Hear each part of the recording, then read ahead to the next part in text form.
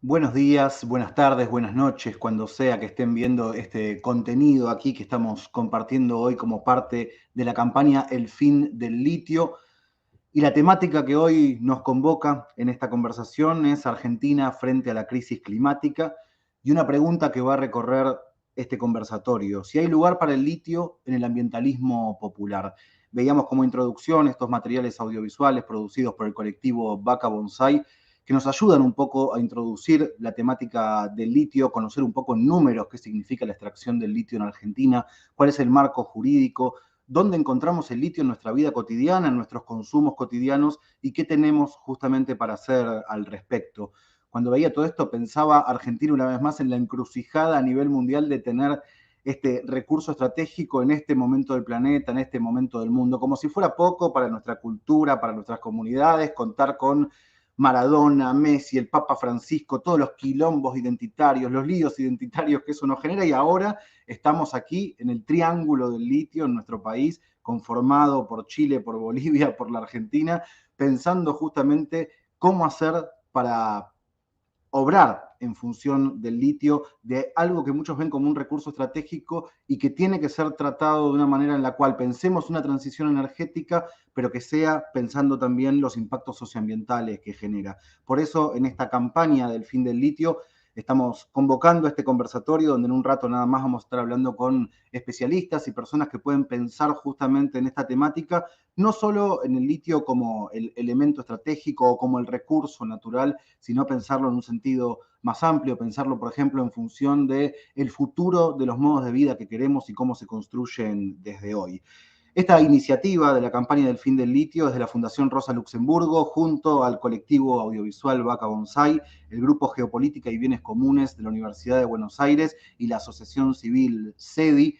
Como les comentaba, nos proponemos problematizar y discutir los imaginarios verdes que se están tejiendo en relación al litio como recurso estratégico, ante el agotamiento, por supuesto, en este panorama de los combustibles fósiles, como pueden ser el gas y el petróleo, en este panorama de cambio climático, y justamente pensar en la necesidad de una transición a energías renovables, pero por supuesto pensar de qué manera. En este contexto, entonces, es que asoma el litio, que está mayoritariamente, como les decía, en los salares de Argentina, Chile y Bolivia. La pregunta que va a recorrer entonces es, por un lado, si hay lugar para el litio en una perspectiva del ambientalismo popular, y por otro lado, cuáles son las potencialidades para conformar la base de una transición socioecológica más justa en nuestra región. Este es el diálogo que vamos a plantear hoy entre activistas, investigadores e investigadoras que abordan la temática desde sus perspectivas, desde sus territorios y desde sus luchas. Como les comentaba, este conversatorio además se enmarca en una serie de materiales audiovisuales, de charlas, de textos, de podcast que también venimos compartiendo en distintas plataformas, y para eso voy a convocar aquí a esta conversación a Tatiana Beleorsky. Ella es integrante de la Fundación Rosa Luxemburgo, para poder contarnos un poco más de esta campaña. Tatiana, muy buenas tardes. Hola Diego, muy buenas tardes a todos, muchas gracias por esta presentación. Bueno, bienvenidos a todos a este primer conversatorio. Acá Tatiana desde la Fundación Rosa Luxemburgo, Oficina Conosur. Y un poco ya, Diego, en línea con lo que vos decías, junto al colectivo audiovisual Vaca Bonsai, Grupo Geopolítica y Bienes Comunes y CEDI Asociación Civil, hemos llevado adelante esta campaña en el marco de un proyecto llamado El Fin del Litio.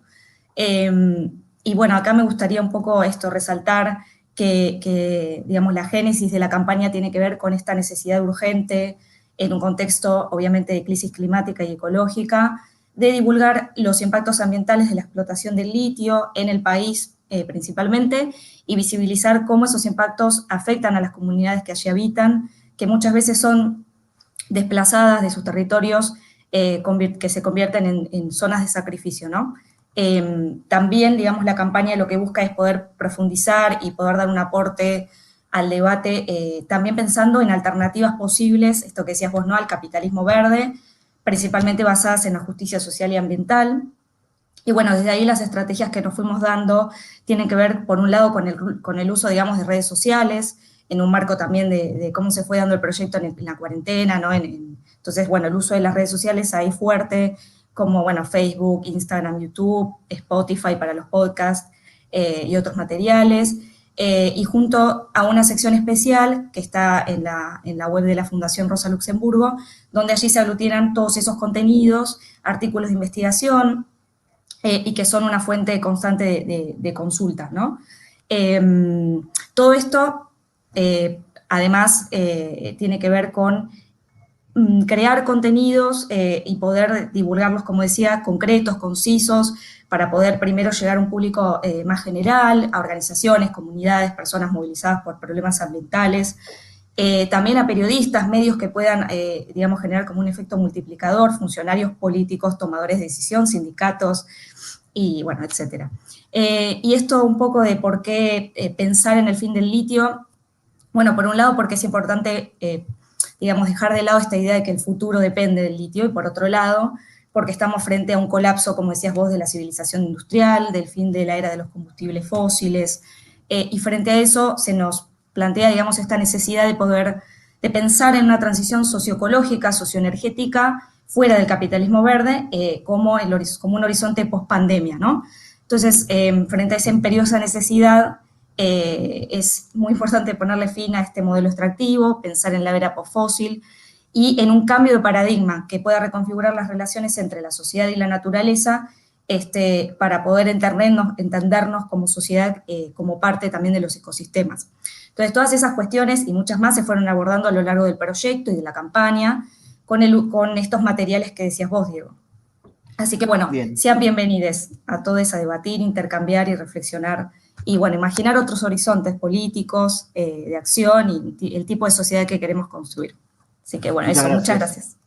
A A vos, vos. Tatiana, muchísimas gracias y por supuesto todos los materiales los van encontrando en las redes sociales de la oficina Cono Sur de la Fundación Rosa Luxemburgo, y aquí por debajo ven pasar la dirección de internet del micrositio donde también se alojan todos los materiales. Voy a cometer el pecado de decir una página web de manera complicada porque tiene muchos guiones del medio, pero ahí voy, rosalux-va.org /el-del-medio, fin-del-medio, del-del-medio, litio. Mejor lo pueden ver pasando por acá abajo y va a ser menos confuso seguramente para todos. Bueno, voy a presentar entonces a quienes van a estar hoy en esta conversación. Bruno Fornillo, en primera instancia, integrante del grupo Geopolítica y Bienes Comunes, que viene impulsando fuertemente esta campaña, aportando muchísimo material. Bruno, muy buenas tardes. Buenas tardes. Voy a dar la bienvenida a otro Bruno también, a Bruno Rodríguez, militante de Jóvenes por el Clima, que ya estamos viendo su imagen por allí. Hola Bruno, bienvenido. Buenas, muchísimas gracias por la invitación. Voy a invitar también aquí a la mesa a Evelyn Vallejos. Evelyn es gestora ambiental, integrante de asambleas socioambientales de Catamarca y gestora de la comunidad Atacameños del Altiplano del Salar del Hombre Muerto en Antofagasta de la Sierra. Evelyn, muchísimas gracias por estar acá. Muchas gracias por la invitación, un gusto. Y saludamos también en la ciudad de Rosario al señor Ezequiel Gato, investigador asistente del CONICET, doctor en Ciencias Sociales y licenciado en Historia, integrante del colectivo editorial Tinta Limón. Hola Ezequiel, buenas tardes.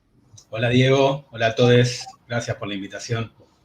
Bueno, les cuento un poco la dinámica justamente de esta conversación. Va a haber una exposición de aproximadamente 10 minutos cada uno, con un eje temático común, pero también particular por cada intervención, y la idea es, a partir de los comentarios que vayan apareciendo en redes sociales, más los intercambios que surjan de las propias ponencias que cada uno de ustedes va a realizar, vamos a tener un bloque justamente de cierre para poder conversar esos ejes temáticos, así que vamos a comenzar con Bruno Fornillo. Entonces, cuando quieras, Bruno, todo tuyo. Bueno, bien. Arrancamos entonces. Yo en principio lo que quería era compartir una hipótesis de trabajo, y que es también un diagnóstico de lo que transcurrió y sucedió en estos 2 años de pandemia y de gobierno albertista. Y como hipótesis de trabajo, plantearía lo siguiente. Lo que vivimos como esencial en torno a la cuestión litífera es la consolidación del comando del gran capital corporativo global sobre la situación litífera argentina. Y voy a tratar de desplegar y presentar algunos highlights, ideas centrales de esta tesis básica. Hay una cuestión que es necesaria considerar. El capital pretende 2 cosas. Por un lado, su evidente reproducción ampliada, ¿no? Acrecentar sus márgenes de ganancia. Esto es lo más conocido. Pero a su vez, lo que pretende y busca como manera también básica es el comando de esa reproducción, en tanto garantía y control de la capacidad económica de crecer del capital. Entonces, esta dimensión política suele no estar tan presente y sobre ella quisiera centrarme hoy también. Hay una cuestión que se modificó de manera radical en relación a lo que sucedió en la pandemia, que abrió un horizonte de visibilidad, porque la pandemia ligó cambio ambiental global y peligro de extinción, y a su vez, otra cuestión importantísima, la percepción del mundo atlántico, esto es, fundamentalmente de Estados Unidos y Europa, de que China domina el nuevo e inevitable paradigma energético, terminó por consolidar la tecnología del litio. O sea, la visibilidad del cambio ambiental global y la emergencia china consolidó la tecnología del litio en estos últimos 2 años. Fundamentalmente la electromovilidad. Y el capitalismo se pintó de verde, ¿no? Es uno de los espacios privilegiados de acumulación e innovación, lo que es la dinámica del capitalismo verde. En este marco, el capital empezó a tejer el entramado de gobernanza económico-institucional del litio. Voy a dar una serie de datos que ocurrieron todos en estos últimos 10 días. Se creó la Asociación Internacional del Litio, que está dominado por las grandes mineras que representan más de la mitad de la producción mundial de litio. Entre ellas SQM, Ganfeng Lithium de China, AMG de Holanda, que tienen atrás incluso a grandes financieras como BlackRock, automotrices y fabricantes de batería, ¿no? Acá hay una articulación entre grandes mineras y sectores financieros que empiezan a expandirse de manera tentacular, ¿no? Ahora bien, en Chile el litio es un recurso estratégico, ¿no? Entonces no se pueden aumentar las concesiones, no puede haber más concesiones que las que hay en Chile. En Bolivia es del Estado el litio. En México hay un impulso fuerte últimamente por declarar al litio recurso estatal. Es lo que está sucediendo esta semana. Solo la Argentina otorga tantas facilidades económicas, ambientales y de gestión y de gobierno a las corporaciones globales.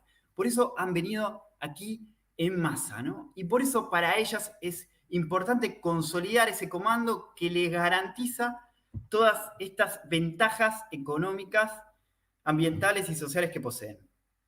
Ante este escenario, contando que hay 2 proyectos hoy en explotación y más de 50 proyectados en la Argentina, había 2 líneas de acción política desde que se inauguró el albertismo, ¿no? Por un lado, estaba el Foro de Especialistas de Litio de la Argentina, que se constituyó a fines del 2019, que agrupaba a 28 líneas de investigación del CONICET, más de 150 científicos vinculados al litio, del Consejo Interuniversitario Nacional. También hay investigadores del INVAP, de la CENEA, del INTI, y produjo muchas cosas ese foro, 3 declaraciones y propuestas que estaban centradas en crear una democrática Comisión Nacional del Litio y declarar al litio recurso estratégico para sustraerlo de la normativa neoliberal que hoy rige. A su vez, las comunidades litíferas enarbolaron una gran resistencia. También hubo un sector del kirchnerismo con diputados honestos que propugnaba y propugna la declaración de recurso estratégico del litio, un movimiento de trabajadores y sindical que incluso hicieron una campaña desde ATE, y empresas públicas de energía y tecnología que también pulseaban y propugnaban una transformación del marco jurídico.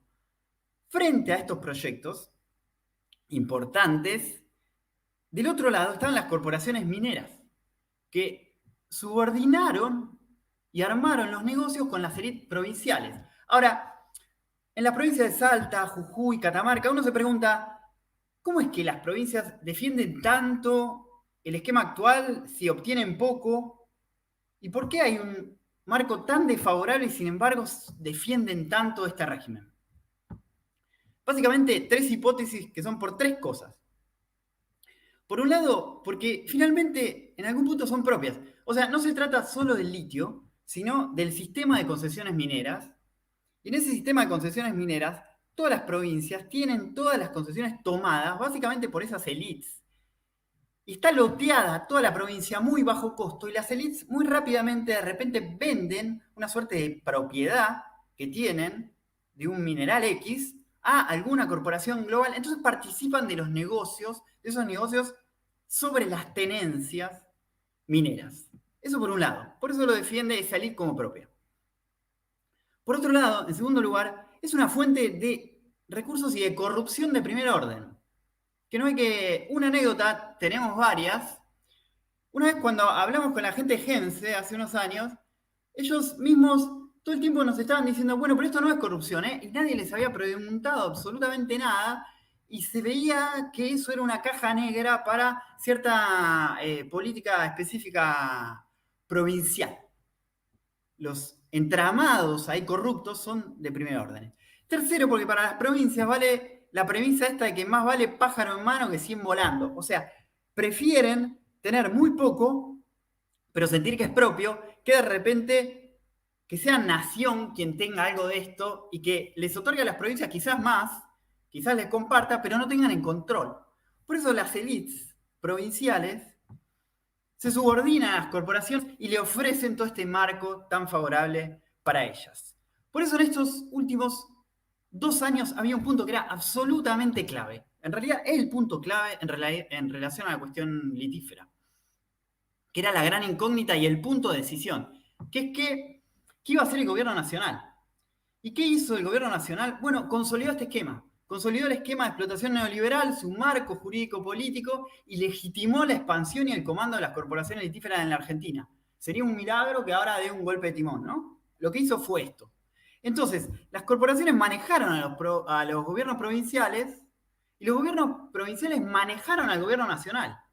Y buscaron consolidar, por ejemplo, la Mesa del Litio, que es un antiguo agrupamiento que estaba inactivo, que unía a los gobernadores, pero frente al bloque que propugnaba una transformación, lo hicieron crecer todo lo que pudieron, y hace unos días, ayer, sin ir más lejos, declararon a esas provincias la región del litio, uniendo a las provincias que poseen los salares: Catamarca, Jujuy y Salta.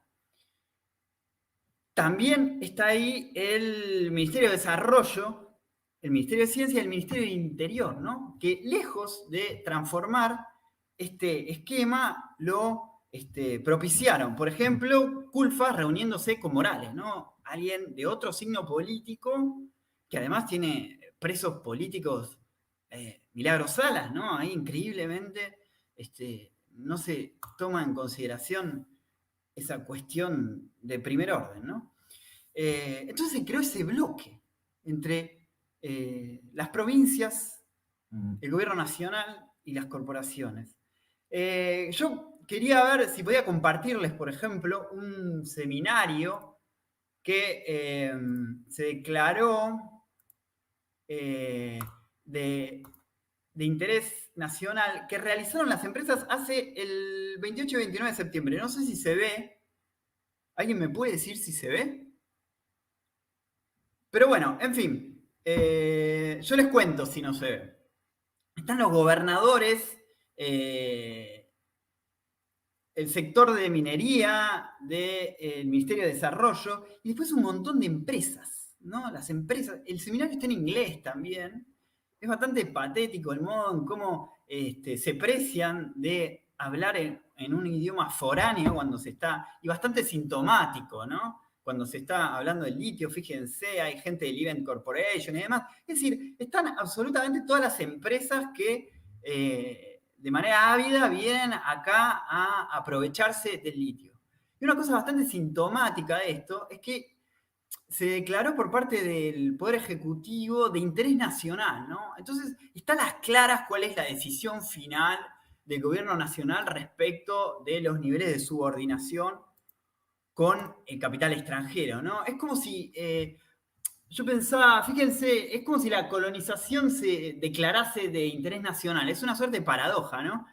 Macri había hablado de la angustia que producía el proceso independentista frente a los españoles, y acá un seminario plagado de empresas extranjeras que habla del grado de extranjerización de la economía litífera por parte de un gobierno supuestamente nacional y popular, se declara de interés nacional, ¿no? Entonces eso está consolidado. Se habla de YPF del litio, pero en realidad YPF no tiene ninguna pertenencia, no tiene ningún lugar. Se habla de la fabricación de baterías por parte de ITEC, pero es un proyecto que tiene solo $2,5 millones como presupuesto para generar una planta piloto, cuando en realidad en Chile, por ejemplo, tienen $25 millones anuales a la investigación, y está por verse si técnicamente es posible generar ese proceso que quieren hacer de ensalar a la batería. Es loable de alguna manera, pero es una cosa aislada y sin ningún tipo de relación real con la economía litífera. Entonces tenemos finalmente la certeza presente de que por escala se ha venido consolidando esa ramificación global del nuevo capitalismo verde, ¿no? Y lo vemos tanto a nivel global como en la Argentina a nivel local. Y la consolidación de ese esquema neodependiente en el patrón tecnológico naciente, ¿no? Entonces, como diagnóstico también general, de alguna manera, estas corporaciones globales se están alimentando en la Argentina de los bienes comunes, de los recursos naturales, parasitan el Estado, se valorizan financieramente, y es un proceso que no tiene ningún vínculo con la industria, ¿no? Al contrario, sobra más de la mitad de la población de la Argentina. Y en condiciones de cambio ambiental global, de peligro de colapso civilizatorio, de emergencia china, bueno, adquieren un perfil más claro también las resistencias que se van a abrir ahora en el siglo XXI. Un siglo y un panorama, ¿no? Complicado, pero bueno, complicado como todos, podría decirse. Y se trata fundamentalmente, bueno, efectivamente, de enhebrar las resistencias, ¿no? Empieza a estar más claro la agroecología, la transición energética popular, la vitalidad de la economía popular, las luchas comunitarias, el despliegue de la tecnología para satisfacer realmente necesidades locales, fronteras locales y necesidades populares. Así que ahí estaremos en la lucha frente a todo este panorama. Gracias, Bruno, por esta primera intervención y por esta hipótesis, aunque un poco desesperanzadora, hay que decirlo, sobre todo pensando en que no hubo ni siquiera la posibilidad de esperar un escenario para la región muy interesante que puede ser la firme posibilidad de un gobierno de izquierda en Chile. Así todo, con un gobierno de derecha contabas incluso hasta de mejores condiciones, o más soberanas, podríamos decir, en la Chile de derecha. Imaginemos una Chile de izquierda pudiendo pensar el litio con una Bolivia del MAS, que ni siquiera se espere esa condición de posibilidad para tener el acto reflejo de la subordinación colonial, ¿no? Me parece que esto es como interesante para que lo podamos pensar un poco, ese acto reflejo de subordinación colonial que lo podemos recuperar en otro momento de la charla, pero cerrabas recién hablando de la transversalidad de las luchas, y me parece bien interesante lo que viene pasando desde los movimientos más jóvenes, ¿no? Se ha demostrado con creces y por supuesto con muchísima masividad el último 24 de septiembre en la movilización mundial por el clima, y cuando decimos clima puede entrar temas del litio, pero también puede entrar, por ejemplo, el etiquetado frontal de los alimentos ante el escándalo que hemos vivido sin quórum esta semana en el Congreso para tratar una temática así. Por eso me parece muy interesante sumar a esta conversación a Bruno Rodríguez, militante de Jóvenes por el Clima. Le damos entonces la bienvenida a Bruno. Y Bruno, por supuesto, antes de meternos en el tema que nos convoca del litio, quería pedirte una breve mirada, una breve descripción y algunas sensaciones del 24 de septiembre en esa multitudinaria movilización mundial, ¿no? Bueno, primeramente, muchísimas gracias por la invitación. Como escucharán, el ruido de fondo es bastante molesto porque, hablando de energía, actualmente me encuentro fuera de mi casa justamente porque no tengo luz, así que estamos peleando, batallando para mantener la conectividad en este Zoom. Como decía, muchísimas gracias por la invitación. Y yendo directamente al planteo que nos convoca, con respecto específicamente a la jornada que significó el 24 de septiembre, desde Jóvenes por el Clima, que es el colectivo que hoy me toca representar, tenemos un balance sumamente positivo de lo que significó esa instancia de movilización popular en la que el ambientalismo tuvo realmente un protagonismo muy fuerte a partir de un fenómeno que es la inserción de los jóvenes en el escenario de la militancia socioambiental con una perspectiva de justicia social, de promoción y defensa de los derechos humanos, con una perspectiva que recoge fuertemente el legado que nos dejan las experiencias de resistencia socioambiental de las generaciones que nos precedieron. Y en ese sentido creo que el 24 de septiembre tuvo realmente acá en Argentina una narrativa que se imprimió fuertemente en ese sentido, ¿no? Yo creo que el ambientalismo popular está nuevamente volviendo a instalarse con mucha fortaleza en la agenda pública, sobre todo a partir de la agenda reivindicativa que se impulsa. Así mencionábamos, por ejemplo, lo que fue la movilización y en esa instancia la ley de humedales, la ley de acceso a la tierra, las luchas por la aprobación de una ley de envases con inclusión social, la consigna de pugnar justamente por la instalación en el debate de la necesidad justamente de una transición energética justa, o una transición energética, como decía Fornillo, popular. Son en definitiva consignas que la juventud está empezando también a tomar con mucha fuerza. Más allá igualmente de esta movilización, creo que lo más importante para analizar de lo que nos dejó la instancia fue la inserción masiva del conjunto del arco político. Vimos, por ejemplo, a las bases juveniles de la militancia política tradicional de las principales fuerzas políticas, ¿no? Por ejemplo, la Cámpora estuvo presente, ni hablar también en el mismo cordón de esa movilización, estoy hablando específicamente de lo que fue en Cava, también estuvo al lado Propuesta Republicana, Juntos por el Cambio, marchando junto a sectores completamente enemistados en términos políticos, bajo la consigna justicia climática, justicia social. Y acá yo creo que hay como una generalización por parte de nuestra dirigencia política de que lo ambiental tiene que incorporarse en la agenda pública. Por supuesto, las soluciones que se plantean de un lado y del otro difieren de manera muy fuerte.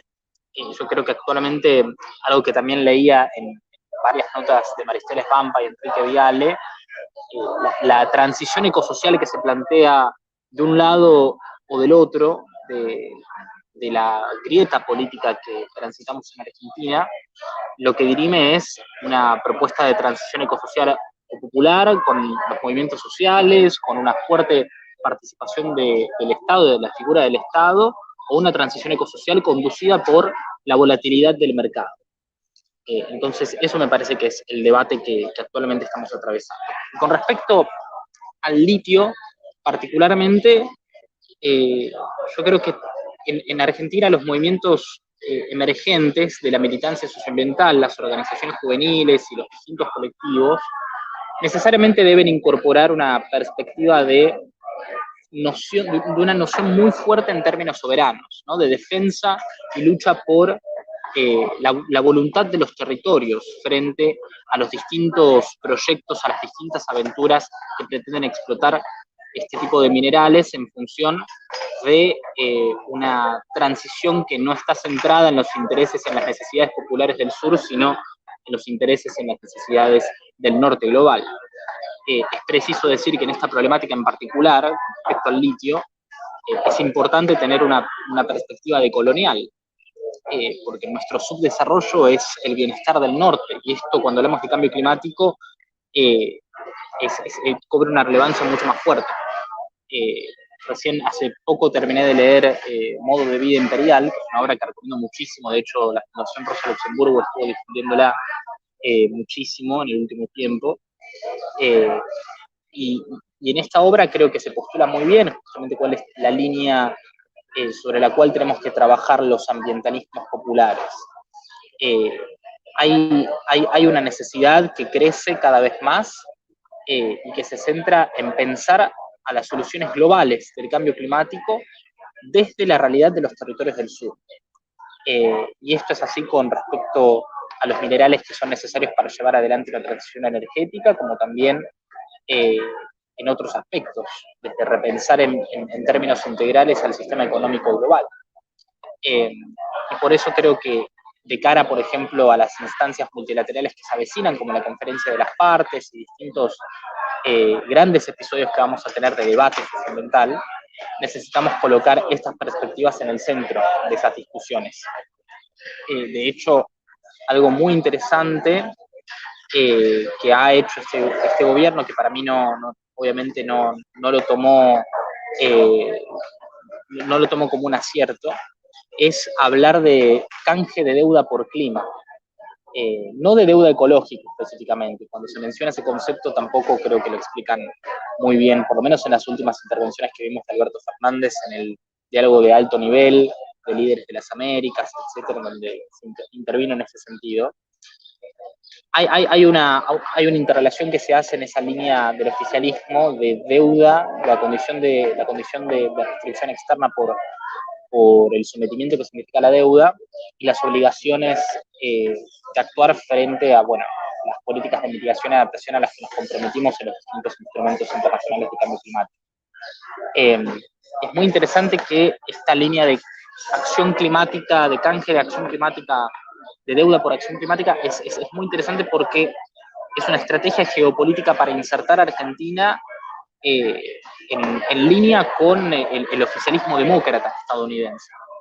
Lejos está de ser una lucha o una consigna emancipatoria de reconocer la condición de acreedores ambientales que nos merecemos los países del sur global, específicamente de América Latina. Esto no es, digamos, el discurso que vemos esbozado en las palabras del presidente cuando se habla de canje de acción por deuda, ¿no? De acción climática por deuda. Pero es interesante porque igualmente obliga a los movimientos ambientales a esclarecer justamente cuál tiene que ser el sendero que debe recorrer no solamente Argentina, sino el resto de la región en función de poder sostener una postura de defensa de los intereses latinoamericanos en las cumbres que se van a dar ahora, con la cumbre que se va a dar ahora, por ejemplo, en Glasgow, en la cual vamos a participar como Jóvenes por el Clima, junto a otras organizaciones de la sociedad civil. Yo creo que hay una fuerte deuda en ese sentido, en términos internacionales, de articular una fuerte agenda regional que dé cuenta justamente a los procesos y a las experiencias de resistencia socioambiental propias de nuestro territorio, porque quedan muy planchadas esas experiencias, quedan muy planchadas esas historias, me parece, en la militancia socioambiental cuando vemos la parnafernalia global de estas discusiones multilaterales. Entonces ese es el objetivo, por lo menos de Jóvenes por el Clima, de cara a estas instancias. El objetivo es esclarecer cuál es la agenda reivindicativa que no solamente los movimientos latinoamericanos, insisto, también los movimientos internacionales. Nosotros como Jóvenes por el Clima formamos parte de la red de Fridays for Future, el movimiento de Greta Thunberg, y que este movimiento, en boca de los referentes de la magnitud de Greta, por ejemplo, referentes norcéntricos con una centralidad mediática muy particular y distinta a la de los referentes del sur global, etcétera, que en boca de estos referentes se esboce una línea que reivindique justamente el derecho de los pueblos del sur a reconocer justamente en el marco de estas negociaciones multilaterales sus condiciones de acreedores ambientales, me parece un paso monumental que tenemos que transitar. Son realmente muchas las reflexiones que tengo respecto, sobre todo, a lo que nos dejó la última instancia del 24 de septiembre, no solamente en el plano local, sino también en el plano internacional. Como dije, en el plano local me parece que esa inserción tan fuerte del arco político en la calle y esa tensión que se generó en la opinión pública a partir de esa toma tan fuerte de la agenda socioambiental en los partidos tradicionales, es algo que me parece que nos deja también un desafío muy importante en cuanto a la reflexión que terminemos configurando para las próximas instancias que se avecinan, ¿no? Por ejemplo, la próxima movilización que vamos a tener se va a dar en el marco de la COP. Ya directamente, falta muy poquito, ahora en noviembre vamos a tener movilizaciones mundiales. De hecho, los movimientos europeos van a movilizarse en sus respectivos países en repudio a las inversiones de las instituciones financieras en proyectos de explotación fósil, y esto también tiene un impacto muy, muy interesante, ¿no? En el plano incluso local, ¿no? Venimos de una lucha, por ejemplo, en Mar del Plata contra los proyectos de exploración sísmica offshore, en las plataformas offshore, para la extracción y explotación de petróleo. Me parece que ahí hay una articulación muy interesante. Obviamente, bueno, después estoy abierto a más intervenciones y obviamente consultas para ser respondidas por parte del público, pero bueno, eso de mi parte. Muchísimas gracias. Muchas gracias a vos, Bruno. Lo pueden escuchar a Bruno en Permitido Pisar el Pasto los sábados a las 4 de la tarde en Futurock, donde pueden ver un montón de estos contenidos que también están desarrollando acá, compartiendo con Becker y con Viale justamente la mesa donde estos ejes temáticos suelen estar.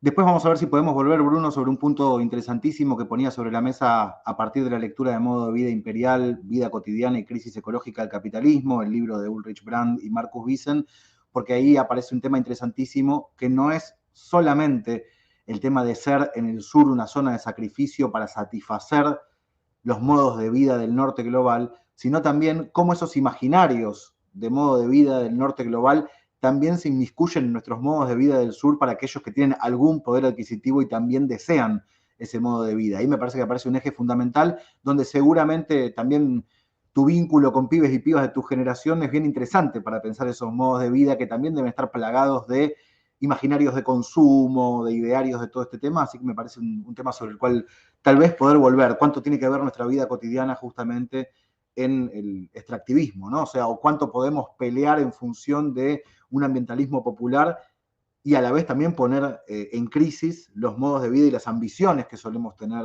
en este mundo. Pero nos vamos a ir a Catamarca, allí está Evelyn Vallejos, ella es gestora ambiental, como decíamos también, integrante de asambleas socioambientales de Catamarca, para poder también aportar fuertemente sobre la vida cotidiana en los territorios o zonas de sacrificio, como venimos diciendo. Evelyn, muchas gracias por estar acá y todo tuyo. Bueno, muchas gracias por la invitación, súper interesante, venía escuchando y bueno, emociona la verdad el tema y bueno, ¿y qué tema nos tocó, no? En esta era de la transición energética, estos nuevos paradigmas que hay que discutir muchísimas cosas.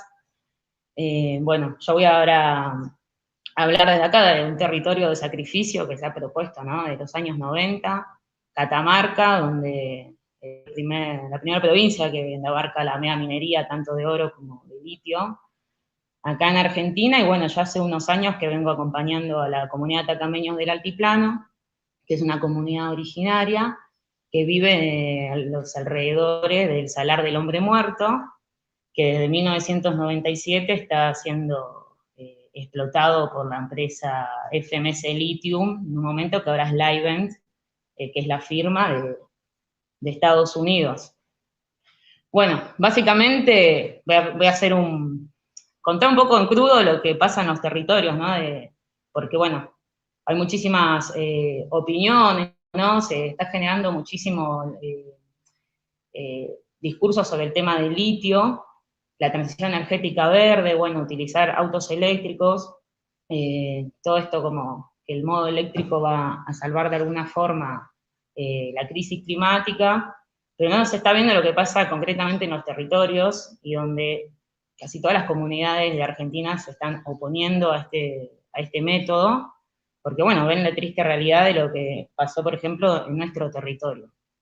Aquí en Salar del Hombre Muerto, la empresa Livent bombea tanta agua, nosotros acá tenemos muchísimos problemas hoy en día con el agua, porque la empresa esta utiliza 1.200.000 litros de agua por hora, desde 1997 de forma ininterrumpida, en un territorio donde es sumamente árido, donde las precipitaciones nos pasan los 150 milímetros anuales, y donde se están gastando todas nuestras reservas de aguas fósiles, y bueno, y todas las reservas que hay en la Puna catamarqueña, que además todo esto es una gran cuenca hídrica que trasciende al Salar del Hombre Muerto y a Catamarca, sino que es una gran cuenca que comprende las 3 provincias que ahora, desde ayer se firmó aquí en Catamarca, que ahora es la nueva región minera de litio, que bueno, ese es otro tema que vamos a hablar un poco, porque también siempre todo esto es este mega modelo, mega extractivo, viene a vulnerar muchísimos derechos y siempre es a espaldas del pueblo. ¿Qué ha pasado en el Salar del Hombre Muerto? Y tenemos consecuencias ambientales muy graves. Tanto bombeo de agua que ha realizado esta empresa ha secado 11 kilómetros de vega, que las vegas son los pastizales que hay alrededor de los ríos, de los cuales se alimenta toda la fauna. Contamos con llamas, con vicuñas. Esos lugares de acceso a los alimentos hoy ya no existen. La vega del río Trapiche, que es la vega más cercana a Minera Livent, se encuentra totalmente muerta y es un daño ambiental casi irreversible. La verdad que no se puede demostrar que se pueda revertir este daño, y además las empresas siguen sacando agua. O sea, no va a haber reparación si se sigue extrayendo los 380.000 litros de agua dulce que se extrae de esa vega, de ese río, que es el río Trapiche. Todo esto que ha traído muchos conflictos en las comunidades originarias. ¿Por qué? Las comunidades en estos sectores se dedican al pastoreo, ¿sí?, y a la agricultura, y hoy hay una competencia de agua increíble. Las empresas cierran el agua para la gente de las comunidades no acceden al agua, y además los ríos, los sectores de pastoreo, además de ser dañados, también son controlados por las empresas. Hoy nosotros en el Salar del Hombre Muerto no tenemos soberanía, porque vos tenés que pasar por barreras que tienen seguridad de las mismas empresas estadounidenses que te permiten pasar o no. Tenés que hacer, bueno, un flor de circo como para poder pasar a visitar a un comunero de la comunidad que vive al otro lado, por ejemplo, del aeropuerto, que hizo Livent entre medio de las casas de las personas que viven en ese lugar. Hay una vulneración de derechos muy fuerte. Cualquier persona que se empezó a rebelar contra esta empresa, que en principio, bueno, la población estaba bastante callada en este sentido, hasta que la empresa Livent dijo que iba a triplicar su producción. Entonces esto es triplicar el consumo de agua. Ahí fue cuando las comunidades ya dijeron que no se puede seguir avanzando. Esto es uno de los temas principales. Tenemos daños ambientales muy, ¿cómo decirlo? Muy graves que no pueden saber si se van a poder revertir. Y frente a este sentido, y todavía no hay estudios hídricos que puedan analizar cómo es el flujo del agua, cómo es la cuenca, todavía no existe eso, pero ya entregan muchísimos permisos para que muchas empresas vengan a sacar agua de nuestra cuenca. Hay un montón de empresas autorizadas para sacar muchísimos litros de agua por hora, ¿sí? Cada empresa pide alrededor de 650.000 litros de agua por hora, y tenemos a Livent pidiendo eso, a Galaxy, a POSCO, a Santa Rita, a Galán Lithium, todos en el mismo territorio. Esto sería sacrificar totalmente nuestro lugar donde vivimos, y bueno, y esto es un problema para Catamarca entera. Hoy acá en Catamarca Capital se está dando turnos de 8 horas de agua para los barrios, por ejemplo. Tenemos una emergencia hídrica provincial declarada por el mismo gobernador, que al mismo tiempo estaba dando más autorizaciones para que las empresas saquen agua. Tenemos acá en Dalgalá, donde toda esta semana el agua salió marrón oscura, totalmente inutilizable. Esa es la realidad que está pasando. En cambio, las mineras están sacando 1.200.000 litros de agua por hora, sin pagar un peso, y nosotros tenemos que pagar el agua. Eso es lo que está pasando acá, ¿no? Como que tenemos que...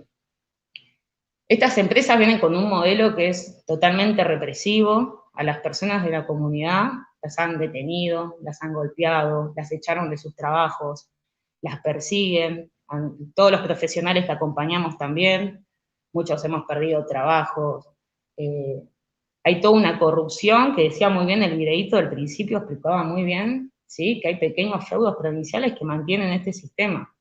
Y es muy importante eso verlo, porque nada, acá en Catamarca es muy difícil romper, por ejemplo, los cercos mediáticos. Está todo muy condicionado para que funcione este negocio, que por ejemplo el gobernador acá de Catamarca es proveedor minero, tiene farmacias que proveen a las minerías, entonces están todos enganchados. La justicia, hoy mismo llamaron a compañeras nuestras que luchan contra la minería y le pintaron los dedos, inventándoles una causa de lugares que nunca estuvieron. Es una persecución tremenda. Eso es lo que está pasando con el litio, y cada vez se viene más fuerte. Están apostando con todo a este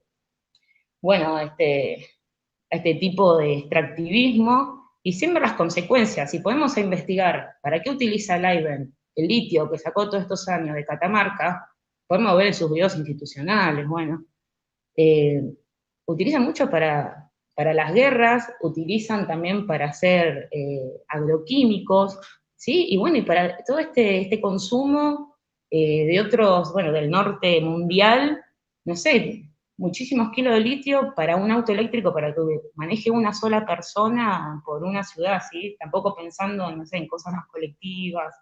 Bueno, hay muchísimo para debatir.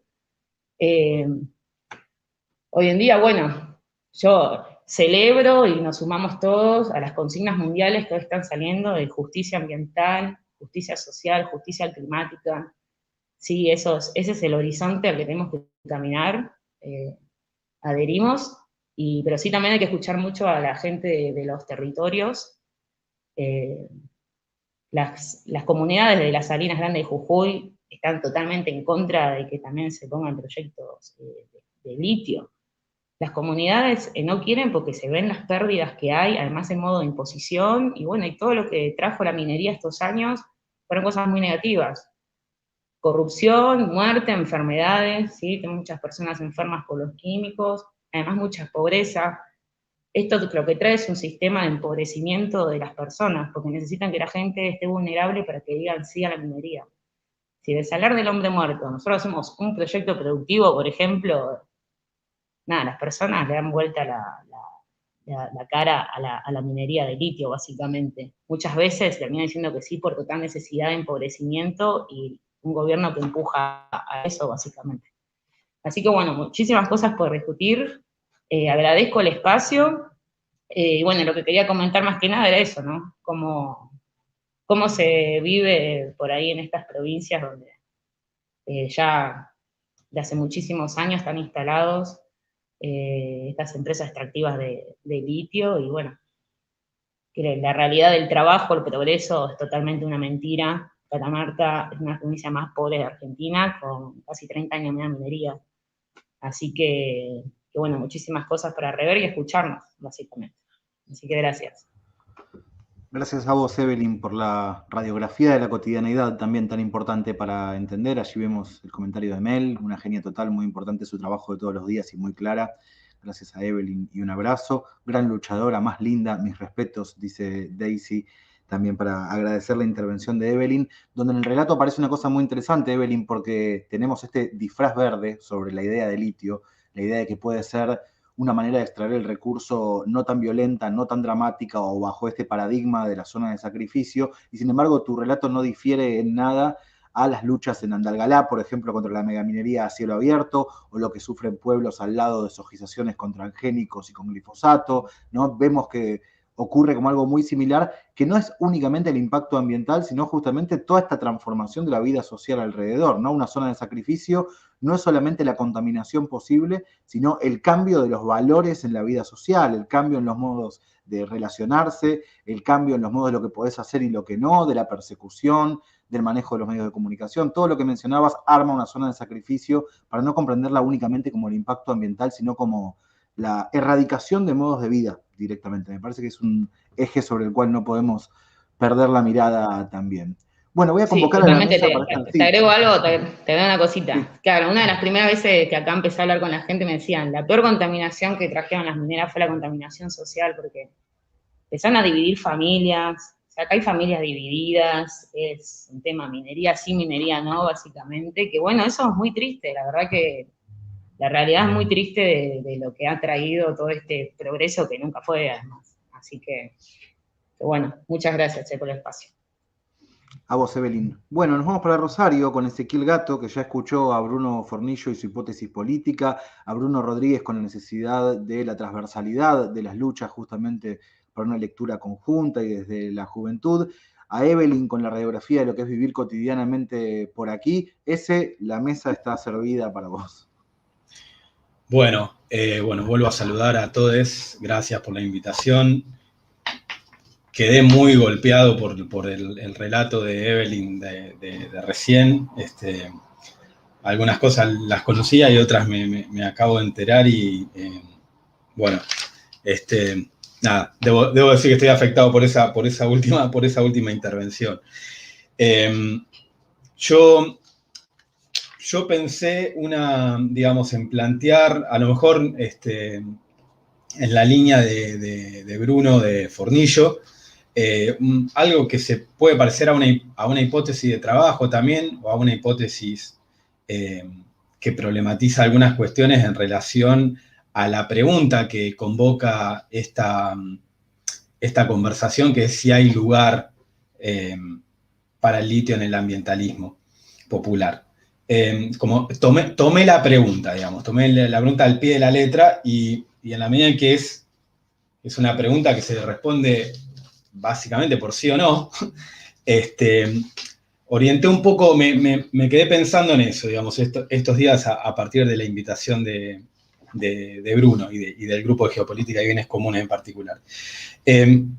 Creo que lo que más me interesa de esa pregunta es desarmar un poco el por qué no habría lugar, digamos, cuáles serían los obstáculos que impiden darle ese lugar y darle este lugar tan urgente que, por otro lado, las intervenciones de los compañeros anteriores dejan muy claro, digamos, desde el comando del capital, desde la relación que Bruno Rodríguez marcó en relación a la cuestión de la deuda, que también me parece fundamental para ciertas formas que toman estos procesos, y el relato de Evelyn sobre el arrasamiento y la zona de sacrificio como una realidad cotidiana que, como ella decía, es contaminación en distintos niveles y destruye la vida y las posibilidades en los niveles, desde lo social al aspecto más estrictamente biológico. Entonces, pensé en relación un poco, quizá también a cuestiones que me vienen interesando en relación al estatuto del futuro y a la imaginación de futuros y el problema, digamos, del futuro, que es un poco lo que yo vengo investigando hace algunos años y que tiene un sesgo o una pregunta que también es activista y también es política en ese sentido. Es decir, me preocupan las imaginaciones de futuro en términos de posibilidades políticas. Pensé ahí algunas cuestiones de por qué no está ese lugar, o por qué no estaría, o qué es lo que lo obstaculiza o lo impide, o directamente lo boicotea, ¿no? Y a mí me parece que ahí hay una serie de elementos que yo haría un inventario rápido, digamos, que me parece que tiene que ver con las discusiones que podemos dar en términos de activismo y de militancia, que aportan, o que quieren aportar a esa discusión. La primera es algo que yo llamaría, el primer problema, digamos, es algo que yo llamaría, un poco siguiendo algunos autores, retroutopismo. Es decir, una serie, digamos, de imágenes de las sociedades deseadas y consideradas mejores o buenas directamente, que en realidad remiten a una imagen o a una experiencia sucedida, una experiencia histórica ya sucedida, que es idealizada en un segundo momento. Es decir, volver hacia cierta cosa como si esa fuera la manera de resolver los problemas actuales. Yo creo que esa idea de retroutopismo uno la encuentra transversalmente en muchos discursos políticos, en políticas económicas, en orientaciones ideológicas, y creo que hay ahí un elemento para discutir en estos términos, de nuevo, de siempre, digamos, pensando en la pregunta que convoca esta charla, o que organiza este primer momento de la charla. Ahí hay una cuestión. Esa idealización de experiencias pasadas muchas veces tiene que ver con una trama técnica y social y política y organizacional, en la cual la discusión sobre, por ejemplo, el litio o energías renovables o transiciones ecológicas aparece, en el mejor de los casos, digamos, subestimada, en el peor de los casos, directamente atacada, ninguneada, demonizada. Y yo creo que hay una discusión por dar ahí en términos de futuro, es decir, el riesgo de que esa imagen de futuro no sea otra cosa que una simple idealización de algo que ya sucedió. Otro elemento que me parece importante en esta discusión es lo que yo llamaría una especie de industrialismo, digamos, residual. Es decir, ciertas posiciones políticas para las cuales, me voy a sacar los lentes porque veo reflejadas las pantallas, para las cuales hay una legitimidad de la discusión ecológica, de la discusión ambiental, de las orientaciones incluso, hay una valoración ética, pero en las posiciones políticas sigue persistiendo una suerte, digamos, de nuevo, de imaginario que remite a modelos industriales previos y en particular al modelo del siglo XX, petróleo, químico, plástico, y que si uno, digamos, intensifica la discusión, encuentra esa contradicción, encuentra que hay ciertas demandas que tienen que ver con la justicia ambiental, pero que paradójicamente, en apariencia, se apuntalan en una especie de persistencia de estos imaginarios industriales. Y yo creo que ahí hay otro nivel para discutir esta cuestión de lo que yo defino como, digamos, las ciertas imágenes de futuro, o la imaginación política de futuro, que opera dificultando o, bueno, obstaculizando algunas discusiones que nos parecen urgentes, necesarias, y que llevan a la renovación también de los repertorios de imágenes de futuro que queremos, que podemos sostener, que podemos inventar, abrir esa invención de las imágenes de futuro en términos masivos, sociales, me parece que es algo que la situación de alguna manera exige. Y el otro elemento que creo que también aporta a esta problemática es una suerte de tecnofobia en un sentido absoluto. Y un poco leyendo los trabajos del Grupo de Geopolítica y Bienes Comunes, hay algo que me parece muy interesante, y es lograr dar una discusión, lograr problematizar, en este caso el fenómeno o la cuestión del litio, en términos que no sean simplemente o meramente tecnofóbicos. Y ahí se abre otra cuestión que voy a plantear después, que es en relación a la tecnología y a la técnica, que me parece que también puede aportar algo a esta discusión.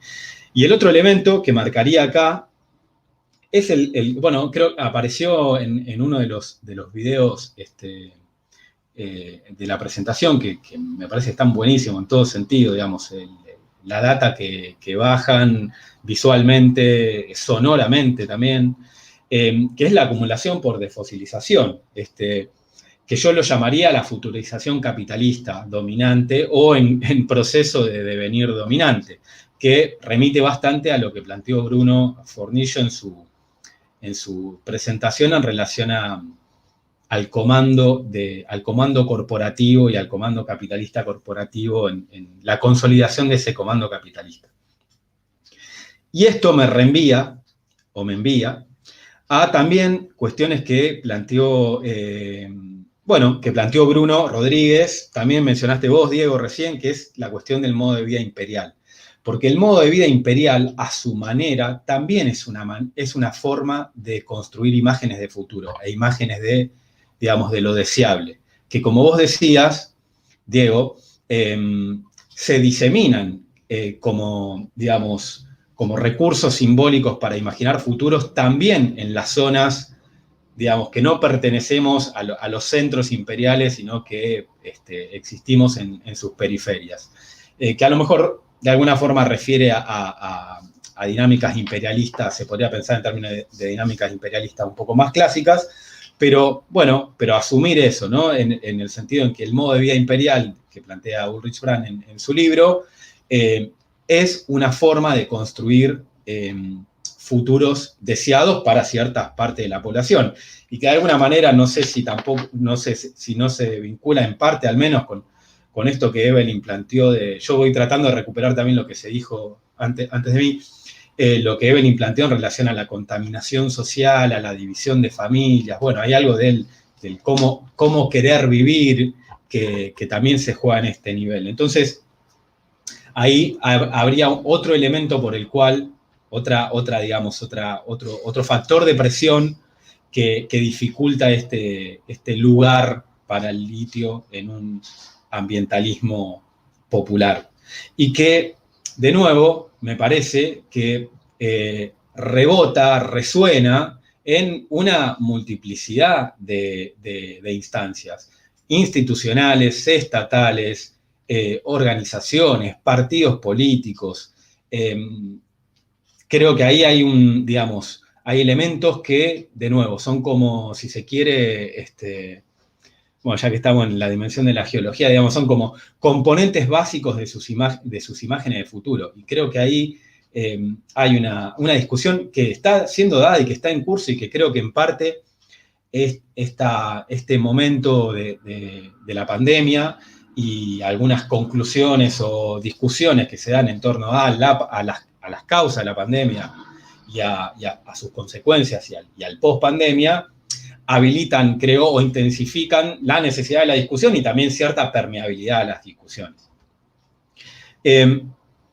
Bien, eso por un lado, y lo digo porque también me parece importante considerar todo esto a la luz también de que las formas en que nos organizamos los activistas y militantes, sea la organización de la que participemos, remiten mucho también a estas imágenes de futuro. Es decir, hay una retroalimentación entre el modo en que pensamos o deseamos o imaginamos el futuro y el modo en que nos organizamos.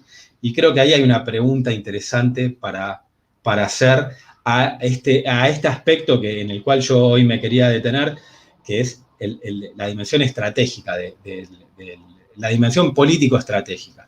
Porque hay muchísimas otras cosas que ya se dijeron acá y se dijeron mucho mejor de lo que lo podría decir yo, y este aspecto me parece que es donde quiero subrayar. No sé cuánto tiempo tengo, pero termino me gustaría mencionar un par de cuestiones en relación a no tanto al impedimento, que es lo que traté de marcar recién, sino a ciertas tendencias o posibilidades que también están activas en la situación actual. La primera es un poco esta que yo creo que progresivamente va a ir tomando fuerza, que es la del modo de vida imperial. No sé si lo vamos a llamar así, si así se llamará en la agenda general, pero creo que el otro día lo hablábamos con Bruno Fornillo, charlábamos un poco, creo que hay un potencial, digamos, de organización que tiene que ver con impugnar ese modo de vida imperial y que también exige una manera de pensar cómo nos relacionamos nosotros con esos centros imperiales y qué se puede pedir y exigir y movilizar políticamente hacia esos centros imperiales. Creo que eso está potenciándose, está creciendo y creo que es un eje de posibilitamientos muy, muy importante. El otro que me gustaría plantear es el Estatuto de las Tecnologías, que creo que también está en discusión de distintas maneras. Hay un autor reciente que plantea la existencia de cosmotécnicas, es decir, particularismos tecnológicos, es decir, diferentes sociedades, civilizaciones, grupos, etcétera, varía la escala, tendrían también entre sus saberes y entre lo que los constituye diversas formas de vincularse y de inventar técnica y tecnológicamente. Y creo que hay esa discusión es interesante en el sentido de reformular el debate en relación a la técnica en términos de cuáles son, desde los saberes ancestrales a, no sé, el Estatuto de la Técnica en China, por ejemplo, de dónde podemos sacar nosotros insumos para pensar otras formas de la técnica.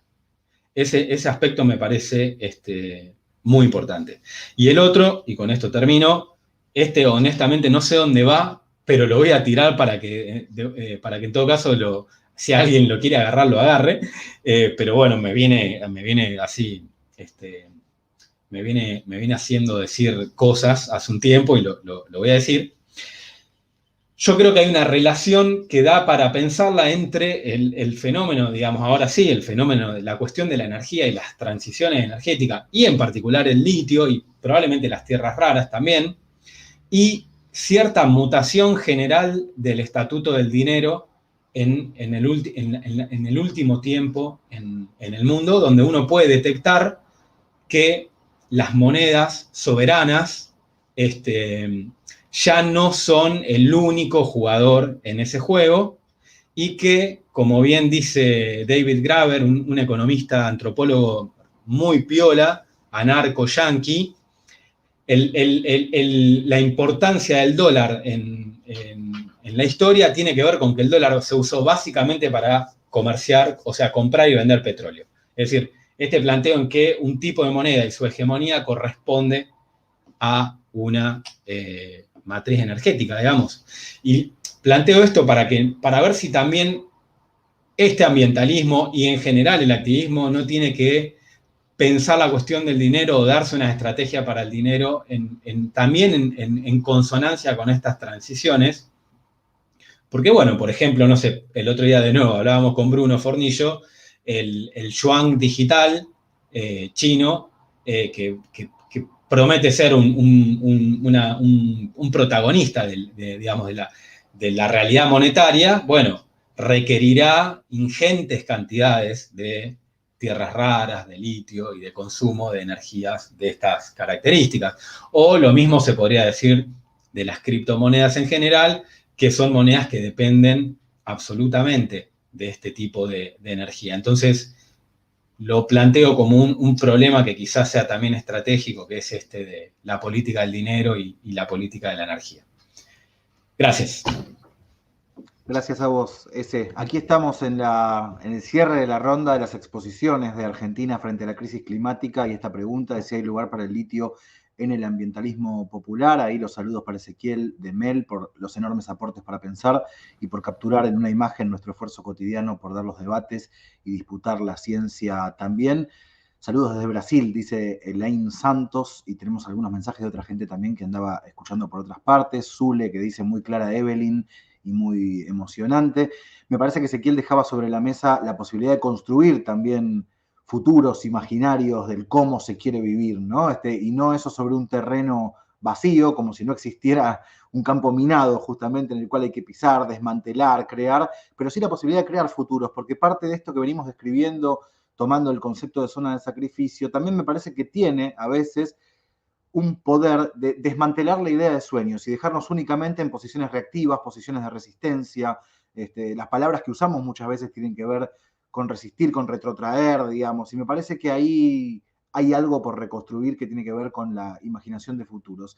Me parecería interesante entonces ya volver a la mesa con todos los participantes de hoy, con Bruno Fornillo, con Bruno Rodríguez, con Evelyn Vallejos, y recuperar algo de esta pregunta que está dando vueltas en el aire también con Tatiana, que tiene que ver con cómo pensar justamente un futuro. Suponiendo que la respuesta a la pregunta que nos trae hoy, si hay lugar para el litio en el ambientalismo popular, y si vamos a responder, como decía ese, en un multiple choice por sí o por no, si hay un sí, ¿cuál es ese lugar? ¿De qué modo podemos pensar justamente una manera soberana, una manera más justa, más ecológica, con menos impacto socioambiental, para pensar esto como, ni siquiera como recurso, pensar su existencia y ver qué hacer con eso, ¿no? ¿Por dónde arrancar entonces ese modo de vida sabiendo, como decía, que estamos en un campo minado y que vivimos con una enorme cantidad de proyectos extractivos ya funcionando, un montón de compromisos asumidos y un montón de legislación en contra? O sea que no es imaginar como en un sueño de un terreno vacío qué tenemos ganas de hacer, ¿no? ¿Qué hacemos con esta pregunta? ¿Qué hacemos con esa construcción de un futuro más justo y más soberano? Respetamos el orden, si les parece, de arranque. Bruno Fornillo, ya te vi ahí saltando de la silla. Sí, porque pensaba que en relación a eso, nosotros tenemos como respuesta sobre todo el Foro de Especialistas de Litio, ¿no? Que lo que propuso es la creación de una Agencia Nacional de Energías Renovables, la creación de una Comisión Nacional del Litio que revea lo que sucede con la situación litífera, pero sobre todo la creación, me refiero a la creación de una Agencia Nacional de Energías Renovables porque eso lo que implicaría, por ejemplo, es cimentar una transición público-social, energética y popular que agrupe de alguna manera a las empresas públicas, por ejemplo, que se abocan a la cuestión energética. Hay muchas cooperativas en la Argentina de distribución, hay empresas productivas, IMSA, INVAP, fabricaciones militares que está interesada en el litio. Es decir, se podría crear un conglomerado de empresas públicas vinculadas a la transición energética. Hay también, por ejemplo, nosotros habíamos puesto muy en primer plano la idea de que finalizan concesiones de las privatizaciones de las hidroeléctricas, que que ahí en el 23 y el 24 suponen la disposición de $700 millones anuales. Entonces, esas concesiones, ¿qué va a suceder? ¿Se van a volver a privatizar o van a volver naturalmente al Estado, que es su dueño natural? Digo, no hay que hacer nada, simplemente que las concesiones vuelvan al Estado. Por lo tanto, existen las capacidades científicas y tecnológicas para, de alguna manera, consolidar un bloque que apunte hacia una transición energética justa y popular en la Argentina. Lo que sucede, me parece, y esa ruta se puede transitar. Lo que sucede, y a mí me resonaba en todo esto que veníamos como dialogando, que hay como una suerte de hiato entre lo que es el diagnóstico de la realidad, lo que es esa proyección anclada en el siglo XX, una retroutopía de desarrollismo al tono del 45, que desconoce cuál es la realidad contemporánea de la tecnología, del cambio ambiental global, de la emergencia china. Y por lo tanto, lo que sucede como piedra central, creo que lo que faltaría o que daría vitalidad y que es necesario también es como una suerte de antagonismo, ¿no? Porque me parece que se habla fuerte de un antagonismo de las resistencias, desde abajo, desde las comunidades, a nivel popular, pero que lo que no hay es un antagonismo en la escala del Estado, ¿no? ¿Cuál es el proyecto de país que hay? ¿No? Es lo que nos preguntamos. ¿Cuál es el antagonismo? Que de alguna manera permite la creación, ¿no? O sea, y permite la imaginación. Pero de la escala del Estado, es decir, de la escala del país, ¿cuál es el proyecto de país? ¿Cuál es la lucha que se lleva a cabo, ¿no? ¿Dónde está combatiendo el capital? ¿Dónde está ese combatiendo? Porque cuando uno combate, crea, piensa, imagina, y puede transformar, ¿no? Y todo eso es lo que no está, ¿no? Será por miedo, será por incapacidades, será por supuesto, del otro lado hay poder, ¿no? Pero efectivamente no está. Y eso creo que es algo que tarde o temprano va a emerger, dadas las condiciones de desigualdad que se gestan actualmente y el peso que cae sobre los recursos, ¿no? Pero más allá de eso, porque las líneas directrices existen y son posibles, ¿no? En relación a lo que es una transición energética pública y popular. Hay opciones, hay chances y hay como buenas vías hacia el futuro. Le paso un poco al otro Bruno, a Bruno Rodríguez, para ver qué idearios de futuro, qué construcciones de sueños se dan, por ejemplo, en ámbitos como Jóvenes por el Clima, más allá de la agenda coyuntural que suele quemar seguramente y complica los asuntos. No lo veo conectado ahora a Bruno, por ahí tuvo alguna complicación, pero le traslado esta misma... Sí, ahí está Bruno, perfecto. Bruno, no sé si escuchaste la pregunta, pero un poco en Jóvenes por el Clima, si es que hay tiempo dentro de una agenda ajetreada para pensar idearios de futuro y modos justamente de pensar cómo construirlos. Muy bien, anticipo que nuevamente hay muchísimo ruido de fondo en este escenario atípico en el que me encuentro. La pregunta de por sí es muy interesante, sobre todo pensando en la agenda que los movimientos juveniles vienen impulsando, ¿no? Ahora creo que los debates acerca de la explotación de los minerales que terminan financiando transiciones ecosociales pensadas para los intereses del norte y no en función de los territorios del sur, creo que este debate está cobrando una relevancia muy fuerte y me parece que los futuros posibles que se dimensionan desde los movimientos emergentes que encabezan las juventudes hoy en día contemplan justamente de una manera mucho más fuerte esta problemática en particular que en años anteriores. Y eso es una ganancia, es un valor muy, muy fuerte, me parece, para todo el proceso de resignificación narrativa que venimos transitando desde los movimientos de las nuevas generaciones, desde Jóvenes por el Clima, Fridays for Future, etc. También hay proyectos en particular que me parece que ingresan de alguna manera en esa redimensión de la sociedad que queremos que termine configurando nuestro porvenir. Por ejemplo, las distintas iniciativas específicas que históricamente muchísimos colectivos de base vienen impulsando, como los trabajadores de la tierra con la ley de acceso a la tierra y con distintos reclamos en particular, nos parecen sumamente interesantes para ese objetivo más general, ¿no? Y también me parece que la definición de ese futuro posible se va a dar mucho por cómo se terminan dirimiendo internamente, me parece, las perspectivas que terminen conduciendo al movimiento socioambiental como tal. En América Latina, en Argentina, ahora, por ejemplo, creo que estamos frente a un debate en el ambientalismo en el que se desconoce por completo muchas veces la posibilidad de irrumpir en la escala del Estado y de disputar justamente capacidades que den cuenta a procesos justamente que tengan las herramientas necesarias para disputar frente a los poderes económicos que se oponen por completo a nuestras agendas. Y me parece que justamente el desconocimiento de esos terrenos de disputa en el ambientalismo no deben tener lugar, ¿no? Porque encapsulan el poder de transformación de los movimientos sociales. Yo creo que, bueno, por ejemplo, me parece que el caso más reciente que tenemos para analizar en ese sentido es el feminismo. Mucho se habla sobre el fenómeno de la institucionalización de las luchas sociales, etcétera.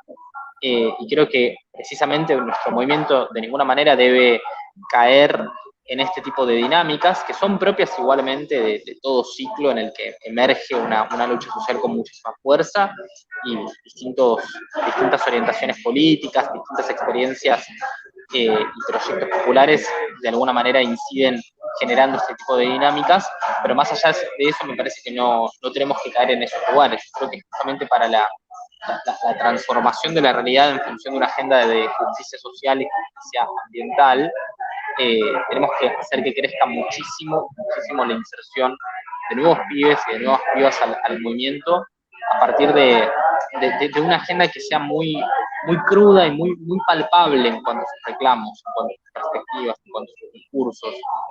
En ese sentido creo que la cuestión que se ponía anteriormente de relieve, que tiene que ver con visibilizar justamente el modelo de sujeción económica, de dominación del norte hacia el sur, a partir del paraguas que nos brinda entender a las dinámicas que hacen al modo de vida imperial, me parece que son herramientas muy novedosas para abonar a ese sendero.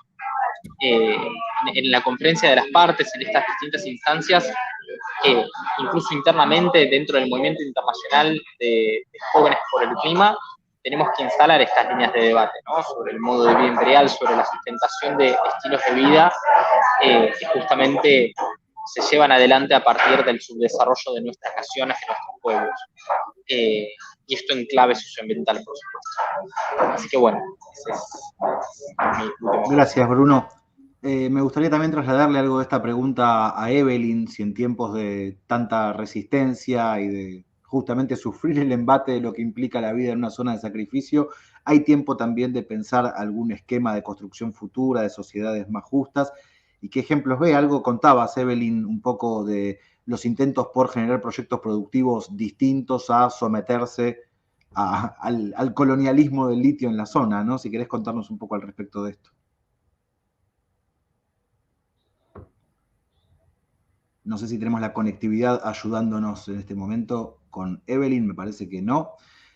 Traslado un poco a Ezequiel, ¿por qué no? También algo de esta pregunta, que me parece que más que trasladártela en ideas de construcción de futuro, que me parece que ya lo has hecho en tu exposición, me parece que hay una pregunta que surge, que la traía un poco Bruno Fornillo hace un rato, ¿no?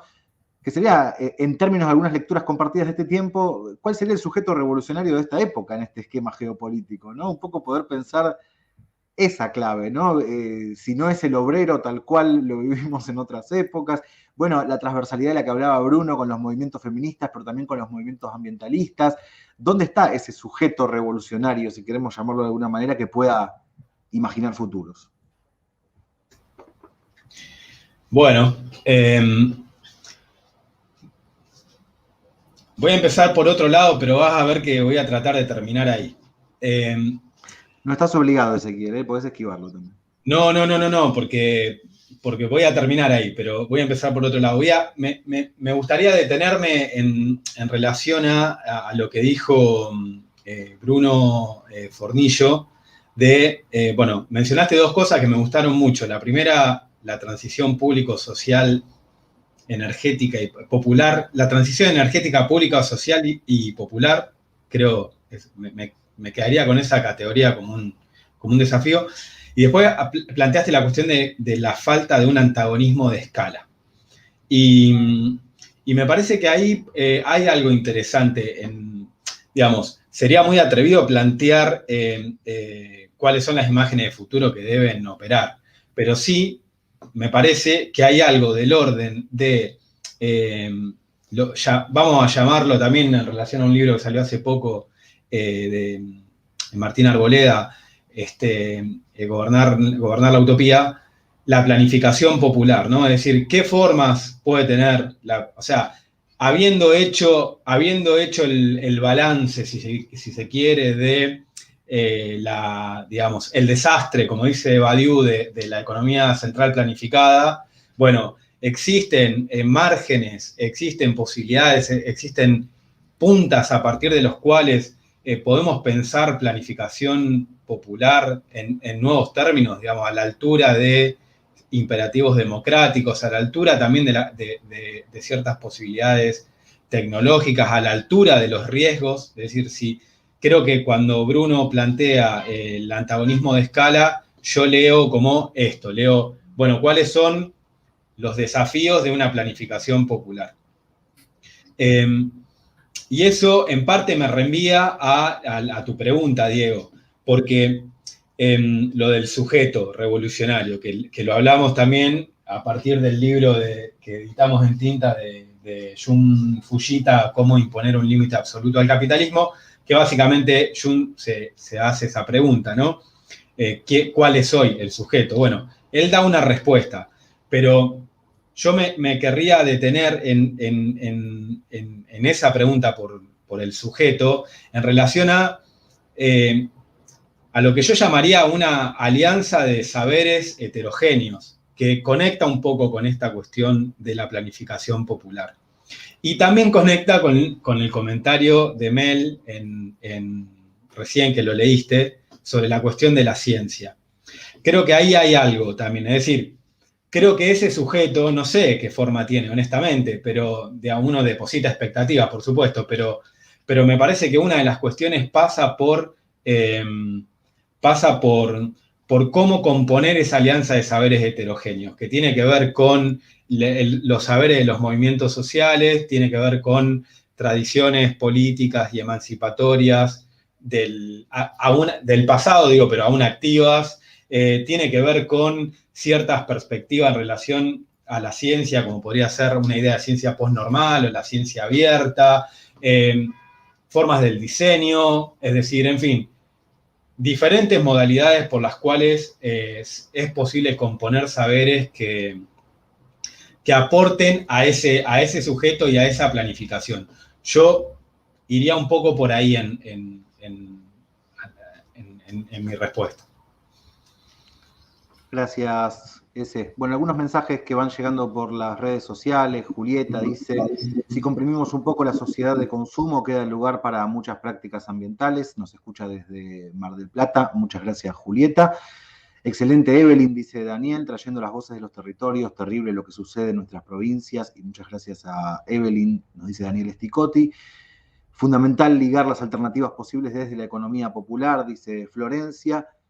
Muy valioso el aporte de Evelyn como parte de la campaña El Fin del Litio, dice Ariel, un orgullo contar con su aporte. Pueden escuchar audios de Evelyn, es verdad, en los podcasts 2 y 3, donde estuvimos trabajando justamente, y que lo van a encontrar en el micrositio que está pasando la dirección por aquí abajo en estos momentos. Y también tenemos un mensaje que dice: el viaje Cosmovisión Circo, así se denomina la persona que lo escribe. Aquí sufrimos amenazas y proyectos nuevos constantemente. Se está por explotar en el Cerro de Ancastis, uno de los cerros que rodea la ciudad capital. Otros saludos desde Catamarca, entonces también.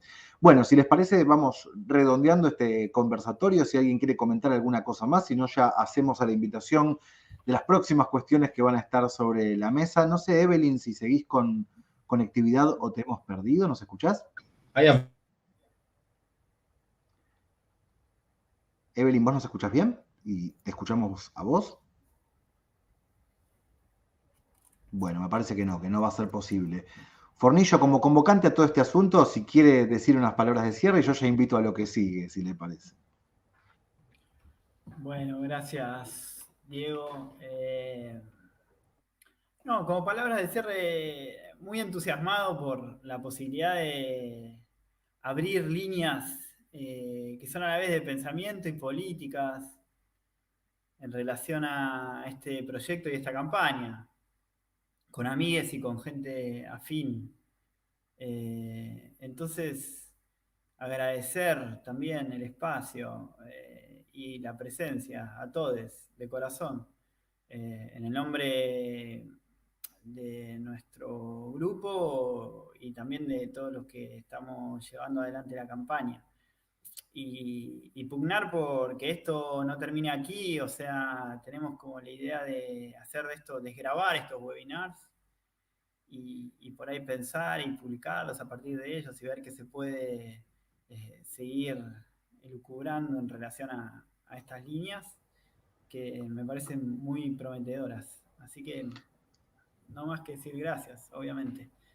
Bueno, ahí nos chatea Evelyn desde Catamarca diciendo que tiene algún problema de audio que no la podemos escuchar. Le mandamos un abrazo enorme y un placer gigante que haya podido participar con su testimonio en este encuentro. Bruno Rodríguez de Jóvenes por el Clima, muchísimas gracias también. Ezequiel Gato desde Rosario, muchísimas gracias. Desde ya, por supuesto, las gracias a la Fundación Rosa Luxemburgo, a Vaca Bonsai, el colectivo audiovisual, al Grupo Geopolítica y Bienes Comunes de la UBA y a la Asociación Civil CEDI, que están impulsando esta campaña. Por supuesto, también gracias por convocarme para moderar estos encuentros y para llevar adelante también algunas entrevistas y conversaciones en los podcasts que pueden encontrar en el sitio. Todo ese material está ahí para que podamos justamente intercambiar, discutir y en lo posible que se vuelva algo interesante en la cotidianeidad, las discusiones en torno a los modos de vida, las discusiones en torno al extractivismo, en torno a los recursos. En parte todos estos materiales, como contaba al comienzo Tatiana de la Fundación Rosa Luxemburgo, tienen esa búsqueda, ver cómo volvemos una conversación más llana a estos temas que a veces si no quedan en manos técnicas y en esas manos técnicas muchas veces se disuelve en un lenguaje que termina siendo muy alejado de lo popular. Tal vez parte de estas conversaciones, parte de todas estas producciones tengan que ver con esa necesidad de volver más alcanzable el asunto, digamos. Bueno, muchísimas gracias a todos y desde ya pueden visitar todos los materiales en el micrositio que es rosalux-va.org/elfindelitio, así lo van a encontrar, y también por supuesto en las redes sociales de la Fundación Rosa Luxemburgo Cono Sur. Muy bien, hasta aquí hemos llegado y tenemos para prometer una próxima conversación que será el 27 de octubre a las 6 de la tarde bajo el título Argentina y Chile frente al neoliberalismo, ¿cuál es el fin del litio? Por supuesto con personas desde Chile y personas desde Argentina en esta conversación entonces trasandina que nos vamos a dar. Que estén muy bien, que tengan buenas noches, buenos días o buenas tardes cuando sea que están presenciando esta charla. Hasta pronto.